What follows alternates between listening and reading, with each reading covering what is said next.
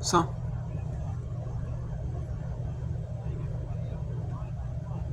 now I will first show you the rest 35 seconds of the first quarter between Iona and Niagara.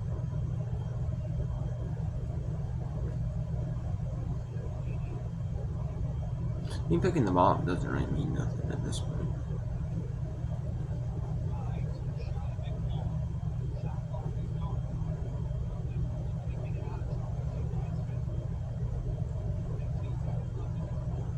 And then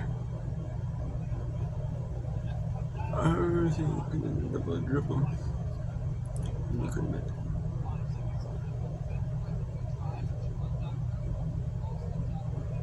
And it's out of bounds. How you're gonna have like a maybe 3/4 court heave.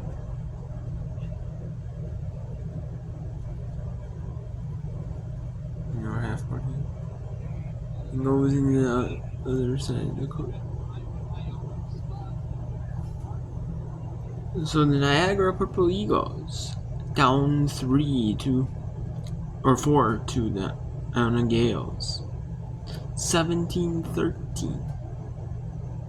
Now let's go to Manhattan Jaspers at the Canisius Golden Griffins. Maybe nearing the end of the first quarter. Nope. It is end of quarter 1 right there. Okay. So let's go back to a featured match in the Metro Atlantic Athletic Conference. The featured Education Day game. Kids Day Field Trip Day game between Quinnipiac and Mount St. Mary's. Already in the second quarter. Already pretty deep in the second quarter. Some of these, kids games, they want to make sure though it ends like within the 2 hour mark, because sometimes if it goes like really later on, you see like some of the kids in the schools, they miss the game, and it might be like like overtime. I mean, if there's overtime, but like regulation, but if there's not, I've seen kids in some of the schools, they stay the whole game, but there's some that have like the 2 hour window and they want to be back and gone a lot of a good bit of.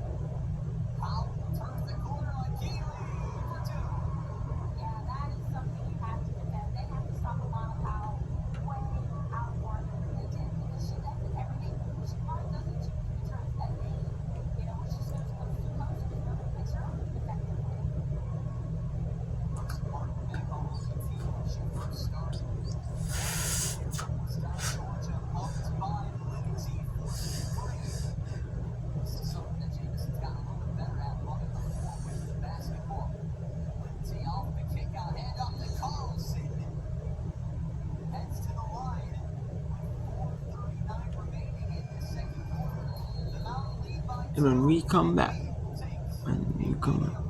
yes. It will. It will. Don't you worry. But let's now go to Ryder at Siena, another undefeated Metro League of that conference. So Siena though is losing 4, but you hate to see that some injuries for coaches, and you can see.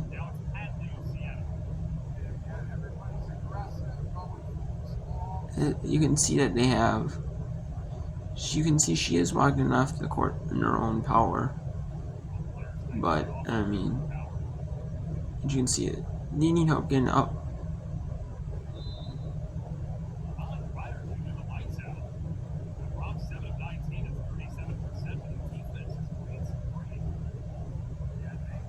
You know, they only have their bench is only 9 deep.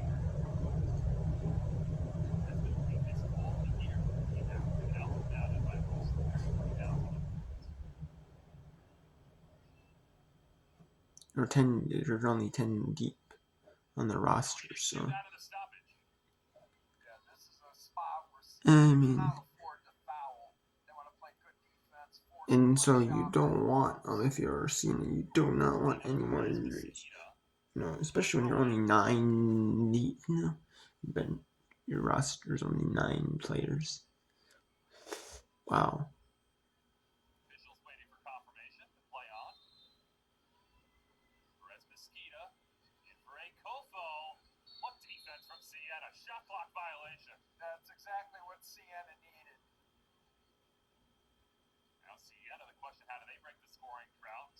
And the clock's going random.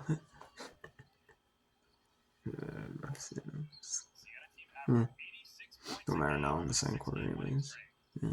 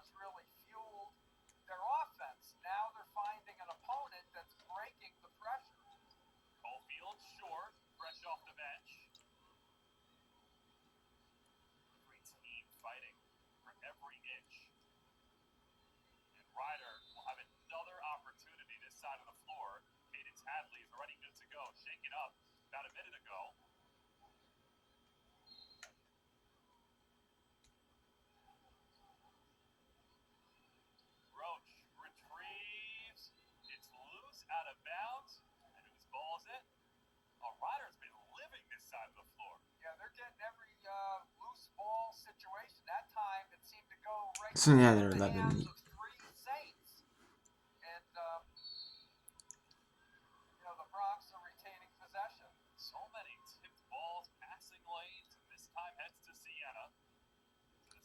and firm despite Ryder looking at that basket at the left end for an eternity. Hadley.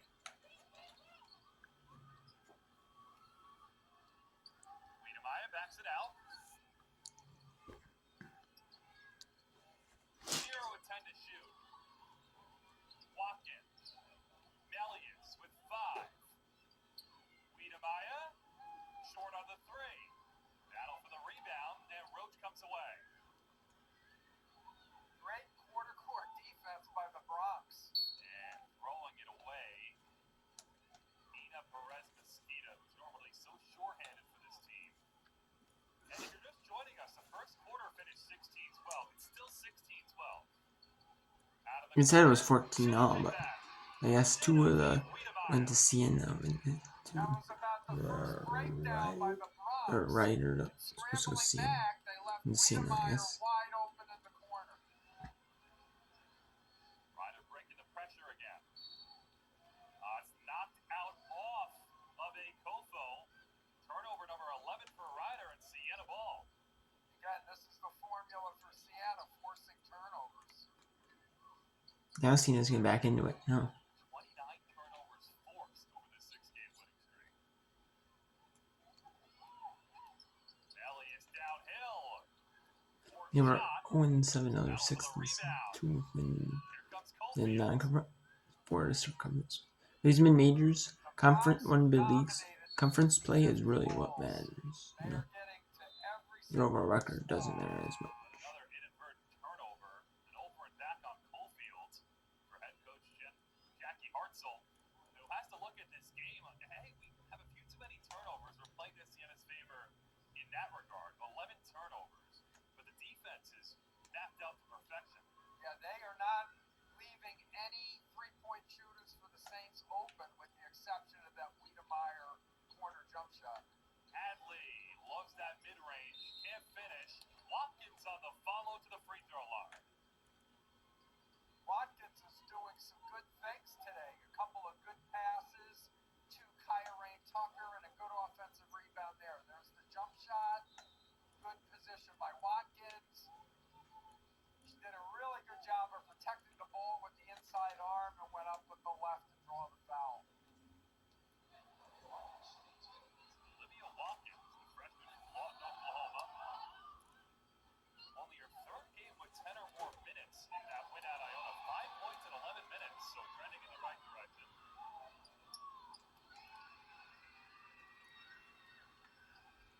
No, it's at 16 up. All tied at 16.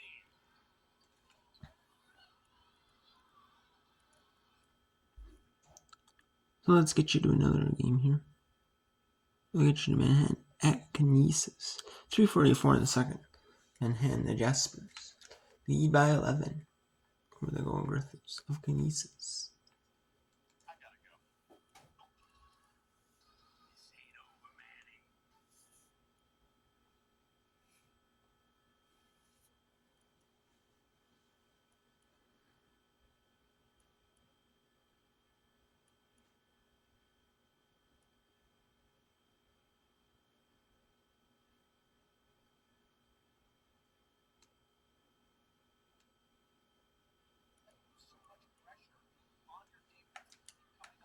I guess that one's in media 10. Synchro media 10. Second one in the synchro media 10. So Iona is up 28-17 over Niagara. I know Niagara has been not near the bottom in like even overall record, like conference of like every team in Division 1. I mean, even like conference record.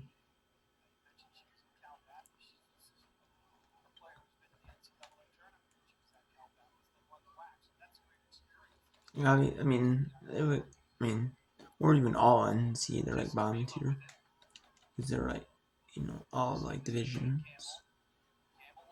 Because, they're still like pretty winless or near winless. They've been, last season they believe they were down in the bottom though. Last year as well.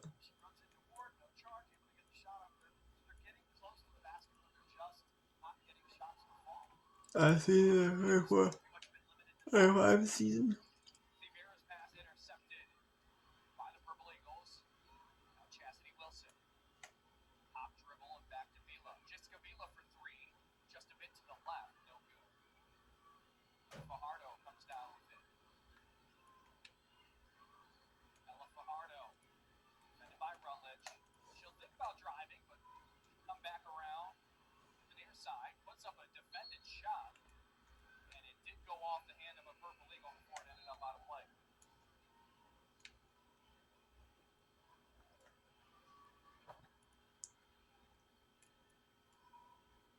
Second team foul against the Purple Eagles, which mirrors those against Iona.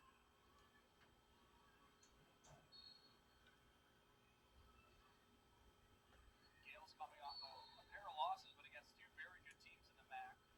Winnipeg, and as we talked about at the top of the broadcast, a loss against Siena, who has really surprised people early on this season. Yeah, Siena is third. They're 4-0. They're third because Fairfield and Winnipeg, I think most people see on the top two teams are off to a 5-0 start. Jump ball possession goes to the Gales, and for the Purple Eagles, it's been a gauntlet early on in conference play. 3 of their first 4 opponents are top 5 in the conference. Yeah, look at that last play. Hustle there, get to the floor for the loose ball. Yeah, they played Fairfield, St. Card, and Siena. I mean, that isn't necessarily how people thought the conference would start or the schedule for release in the summer, but yeah, that's 3 of the top 4 teams. I mean, that's a difficult way to start. The other 2 receiver leaders. Delita Dial, her shot doesn't go. Seen her outside the perimeter. Coach Beer says she's a 3-level scorer. Look at the points in the paint. Carson goes 4 Purple Eagles. They're getting shots in the paint, not making the shots. Rivera's 3 a bit long. Fajardo will try her hand. That one